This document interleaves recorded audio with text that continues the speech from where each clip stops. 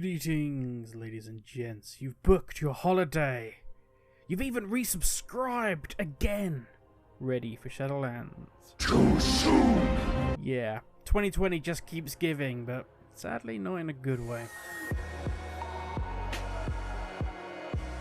So Shadowlands has been confirmed as delayed by Blizzard, and to be honest, I am shocked, to say the least. I didn't think they had the guts to do it. We haven't seen a delay since, what, TBC? So it's been a little while. And for those cheering, for those crying out loud, going, oh, this is it, this is the celestial sign that Blizzard are returning to old. There is no way that Activision would let them do such a thing. This is the old Blizzard, a Blizzard that cares so much about the game and its quality that they will kick the shareholders in the and scream, this is for the gamers. But let's remember, Warcraft 3, my friends, never forget that that was also delayed as well. Now, we spoke in our video the other day about balancing and just generally the current issues that have been going on with regards to the Shadowlands beta. The fact that for so long the only focus was Covenants and little else. The fact that since M+ joined beta, it's all you really see the big streamers playing day in, day out. And that means if that's all they're playing, that is all they are testing. Now, more invites are going out constantly, as obviously Blizzard have realised that there is an issue. We've had recently a massive batch went out this week. Sadly, I was not one of them. But for those of you that did get it, please go in and play the damn out of it. Don't just log in, do a quest, and then log out. Actually make this count. And here's the thing, the more people that venture into Shadowlands, the worse those loose threads become as they slowly get pulled on by more and more people. Now, what do I mean by that? Now, people will always rush the endgame. It is in our nature as gamers. And back in early alpha beta, when you could actually have templated characters, you could just create an endgame character. You need to do questing. The fear of being left out, being left behind, is no different even on the beta, especially when you've got content creators that are your primary beta and alpha testers. You have to rush to be the first to do any new content. Whether it be X new zone, let's look at this, whether it be a new dungeon. We see people, literally people posting up that they were first to complete X level of Mythic Plus on the beta, which is meaningless. But it gets views, and that's what's important. But once the rush for endgame is complete, people either leave or they go about what they know. If you're a PvP player, you'll generally focus on PvP. And the same if you're M+, and if you're a raider, then you do everything you can to be Mythic test ready and good to go. There is nothing wrong with being a specialist in your field. In fact, that's what you want in your beta testing. You need players who are very focused on that particular level of content. You want raiders talking about the mechanics and the balances of raiding, and the same with PvP and the same with dungeons. But there is a large group of players, in fact probably the largest, and they sit and they kind of do a little bit of everything. Not to the same level, but they'll do farm runs on Trammogs, they'll do mounts, they'll do pet battles, they'll do LFR, time walking, world quests, alt leveling, gold farming, professions, all the things that can slip through the gap when you are very focused on one particular area that you like. Now, in no way, I don't want this to be, by the way, that I'm blaming the beta or alpha testers. Most of them have been testing this now for months. This is one of the longest beta run-ins that we've had. So at this point, there is literal burnout. And the problem is, it's right at the moment when Blizzard are taking away all the things that make testing these things easier. They take away the conduit, binding, soul person that you can just go and buy them from. Nope. Now you're going to have to actually go and earn them so you can test those things. Oh, you want to just jump into Torghast? Fine, click on a giant torrent. Nope, we're moving those things. You want to just buy keys and make the key whatever you want to be? Nope, that's gone. So as they take away these things that mean that you can really test whatever you want, however you want to do it, as they take those things away, you start to realise the flaws and the gaps that are in the system. What I would hope would be that in this new approach that Blizzard have had throughout the course of Alpha and Beta, which is more communication, we want to open this up, we want to talk, we want Discord with the community, that Blizzard would also have a new approach to how they did the Beta and the Alpha. Meaning that they made it far more wide. They opened up the net and said, everybody come on in, we need as many people as we can. I don't care if I go to Bastion the very first time and the whole zone falls over. That's fine, we're in Alpha, I'm expecting that, we're in Beta. I expect suddenly zones to crash. That's more data. Everything that goes wrong, everything that breaks, is not a problem when we're testing it. That's just more data and feedback for Blizzard.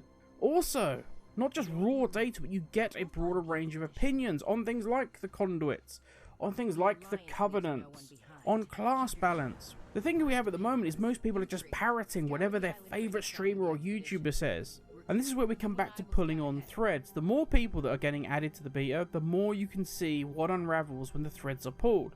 More people are doing questing, more people are trying out classes that might not particularly be meta for pushing M+ at the moment. So those threads get pulled and you start to see it all unravel. And if they had done this earlier, then the sooner these issues could have been found and potentially fixed, or at least the earlier these were known, the more Blizzard could have said, okay, actually we're reaching this point where there's a critical mass of issues and we know no matter how hard we crunch, even though that's supposedly now a thing in the past, no matter what we do, we cannot hit the 27th of October. And you could have done this way in advance. Now, I will say this from a personal opinion. As a gamer, I will always prefer to wait and have a finished product rather than play an Ubisoft game. Sorry, an unfinished product. But to be fair, they are realistically the same things.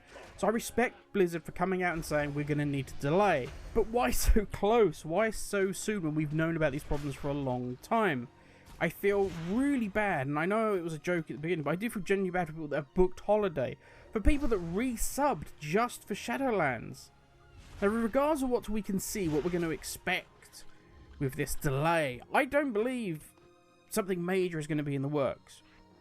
I can't see major systems being rebuilt, such as covenants or conduits. I think Shadowlands was delayed because of a number of little things. Things that form the foundation of the game.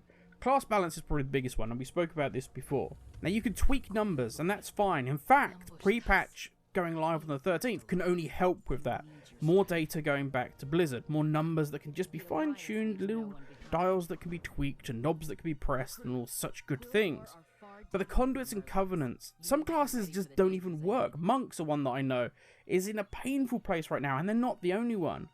We've got things like questing, which are just leading again to loose threads which just don't work, that need to be looked at. We've got historic questing where you're going back in these time walking zones. The balance is completely out. You got 50, you just boom, you're out. You suddenly just get kicked out wherever you are. Things that just jar you and pull you out of the game. Just, you don't know why, but they feel horrible playing it. Conduits are still constantly being changed and tweaked. The more needs work, the big end game content. Dungeons still require a little bit of love, a little bit of tweaking. Shadowlands launch delay is delayed by 1,000 little cuts. Now, of course, this may be down to COVID, and I have no doubt that that is going to be an issue. Even Blizzard was saying, it's all fine, we're working from home, it just took a little bit of adjustment. It's going to take its toll. But for them to delay, especially as close as we were to launch, speaks volumes about how bad the current state must have been for them to finally go, okay, we need to press the button and put a halt to this.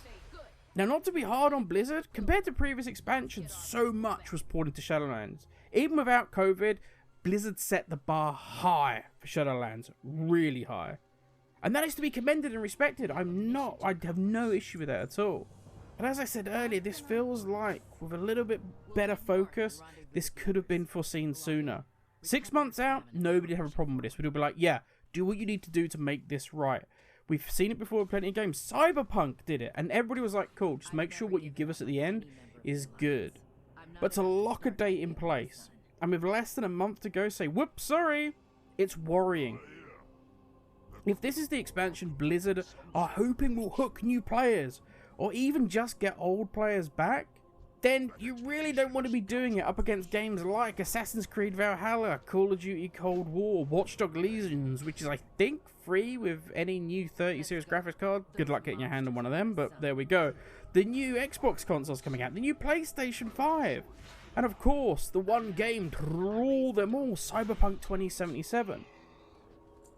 While it takes time to get into, an October release was perfect. Would have given them time for players to get involved with it, to start playing it, and then yes, they would wander off to the shiny things. But they would get old eventually, and players would come back and go, I was really enjoying playing WoW, I'm going to come back, I'm going to have a look at that. But if all you're going to give them is pre-patch for maybe as long as 8 weeks like Cataclysm, then they're not going to come back. With all that in mind, I say again, there is no way this decision was taken lightly. And be it because 1,000 little things that still need work and they just couldn't get it done in time, be it because something was so broken that were we going to get to that point the game would literally just fall apart, or even if it's a change to the core systems that they are changing conduits or covenants because of all the moaning and crying and the various factions fighting on either side. No matter the reason, Blizzard need to use this time now wisely. If you need to wait until December to launch, fine. If you need to wait till 2021, then do it. You get one shot, so Eminem says. If you're going to delay, then make sure you get it right. That you truly ship a product that you are proud of. Don't say, well, we wish we'd kind of changed the Elemental Shaman to be more like, the Shadow Priest. We're really proud of Shadow Priest, but in hindsight, we also could have changed this and this and this and this, but we just didn't have time. No. Now is when you have the time. Be honest with the community. Keep up with the communications. Yes, it's bad to do this near a launch. But if you give us the Shadowlands that we're all hoping for, that we're all desperate for, if you make this delay worthwhile, then 100% the community is going to be behind you.